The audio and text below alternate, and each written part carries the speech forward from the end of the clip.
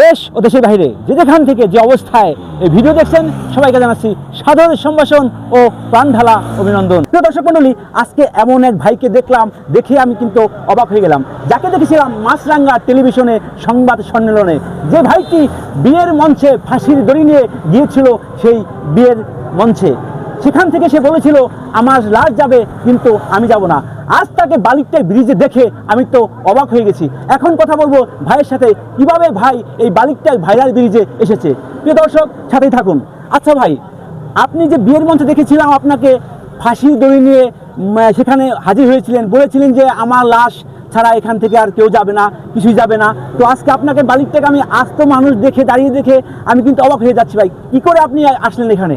আসলে ভাইয়া, আপনি যে প্রশ্নটা করছেন এই প্রশ্নটা আমাকে এখন সবাই করে। জি জি, যে আসলে ওইখানে আমি, হ্যাঁ সত্যি আমি তাকে প্রচুর ভালোবাসতাম। আমি বলছিলাম যে এখান থেকে আমার লাশ বের হবে, বিয়ে ছাড়া আমি বের হবো না। জি। তারপর একটা পর্যায়ে মুরব্বীরা আসলো, আসার পরে আমাকে বোঝানো হয়েছে তুমি যাও।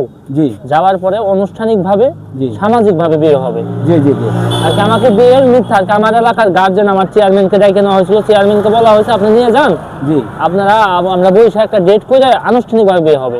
এই মিথ্যা আশ্বাস দিয়ে আমাকে তারা মনে করেন যে বাড়ি থেকে আর কি বাসা থেকে পাঠিয়ে দিয়ে তারপরে লাস্টে তারা বাড়ি থেকে পালাইছে আর কি। আসলে দর্শক, এই দুঃখজনক ঘটনাটা শুনলে কিন্তু আসলে সবার কাছেই কষ্ট লাগে, কারণ ভাইকে কিন্তু আশ্বাস দেওয়া হয়েছিল, কিন্তু সেই আশ্বাস মতো কিন্তু কাজ করা হয়নি। তার জন্য কিন্তু আসলেই সবারই দুঃখ পাওয়া, এটাই কিন্তু স্বাভাবিক। আসলে ভাই, আচ্ছা এখন বর্তমান আপনার অনুভূতিটা কি বলেন? আসলে বর্তমানে অনুভূতি হলো, আমি ওই দিন যে কাজটা করছি তাকে অতিরিক্ত ভালোবাসতাম, এই জন্য করছি, কিন্তু কাজটা আমার উচিত হয় নাই। এখন সবকিছু মিলে আর কি আমি ভালো আছি, ভালো থাকার চেষ্টা করছি, প্রচুর ঘুরছি, দেখতেই পাচ্ছেন আপনার সাথে আজকে দেখা হইলো।